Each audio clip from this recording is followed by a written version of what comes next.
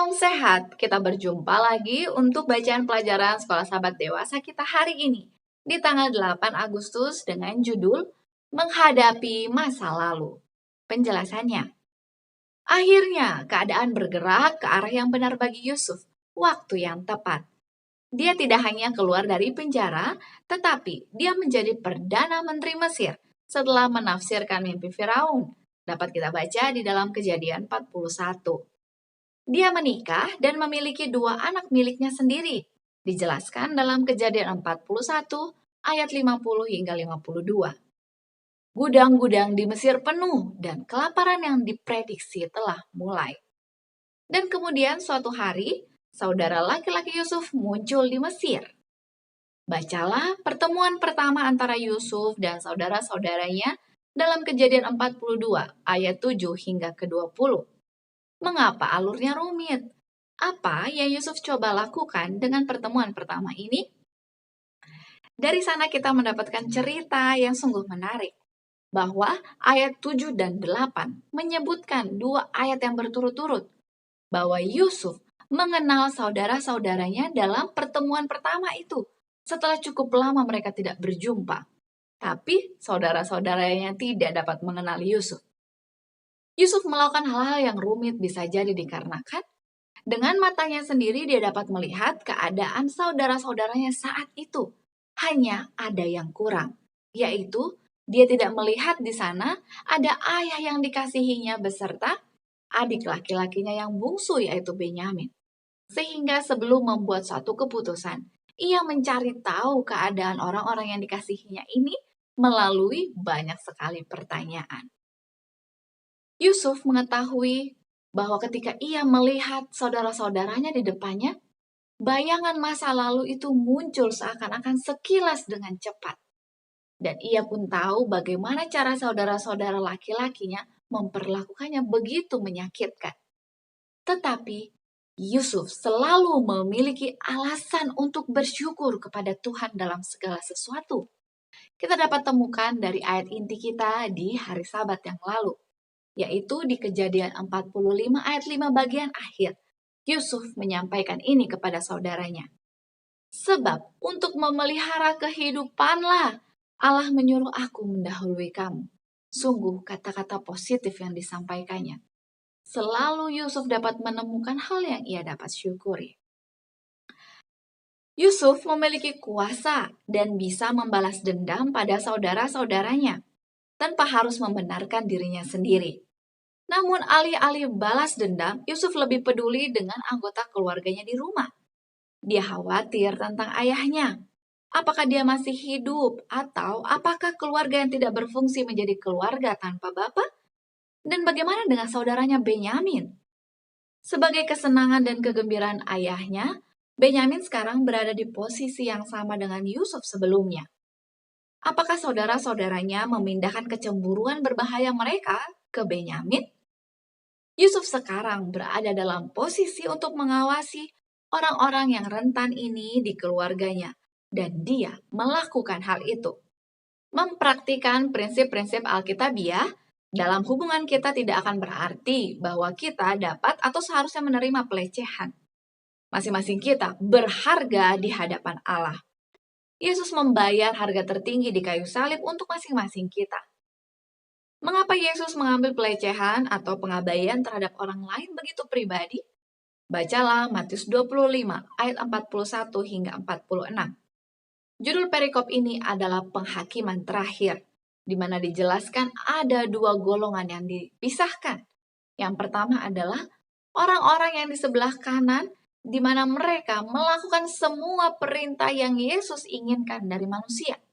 Tetapi orang-orang di sebelah kiri adalah orang-orang yang melakukan pengabaian, pelecehan. Ketika kita melihat orang-orang yang membutuhkan pertolongan, tapi kita tidak melakukannya, itu sama dengan kita menyakiti hati Tuhan. Bagaimana dengan kita? Apa pilihan kita? Apakah kita akan peduli kepada sesama kita manusia? Mari kita memilih yang benar. Kita semua telah dibeli melalui darah Yesus, dan secara hukum kita semua adalah miliknya. Siapapun yang melakukan pelecehan menyerang milik Yesus. Pelecehan seksual dan kekerasan emosional atau fisik tidak pernah menjadi bagian dari dinamika keluarga. Ini bukan hanya urusan pribadi keluarga yang harus diselesaikan secara internal.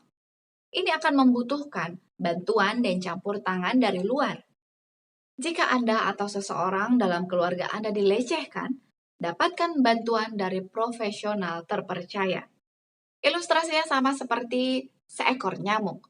Kemarin malam ketika saya sementara mempelajari sekolah Sabat, seekor nyamuk ini dia terus terbang di sekitar saya mencari celah kapan nyamuk ini dapat menggigit saya.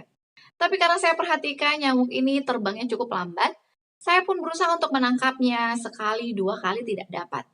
Nyamuk ini terus mencoba, padahal saya tahu saya dapat menaklukkannya karena terbangnya cukup lambat. Tapi karena saya sementara sibuk, saya tidak terlalu fokus kepada nyamuk ini.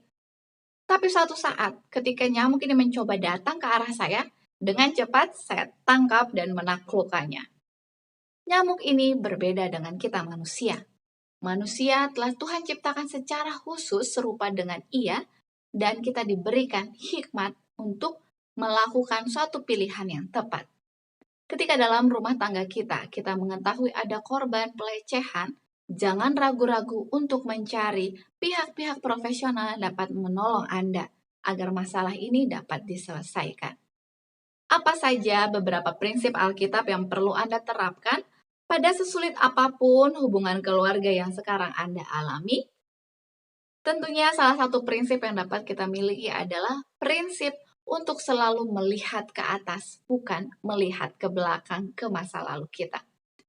Kita tentu saja tidak dapat membuat keputusan selalu berdasarkan pertimbangan kita, dan itu tidak selalu menjadi pilihan yang terbaik.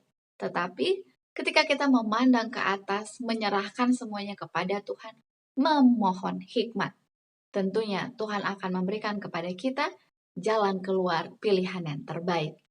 Seperti firman Tuhan yang tertulis di dalam Amsal 8 ayat yang ke-14. Padaku ada nasihat dan pertimbangan, akulah pengertian, padakulah kekuatan.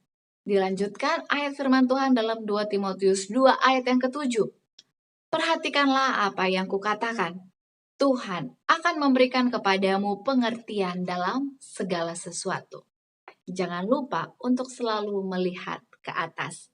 Bukan masa lalu yang membukakan kepada kita kesempatan di masa depan, tetapi apa pilihan kita sekarang, hari ini, saat ini, itulah yang akan mempengaruhi masa depan kita.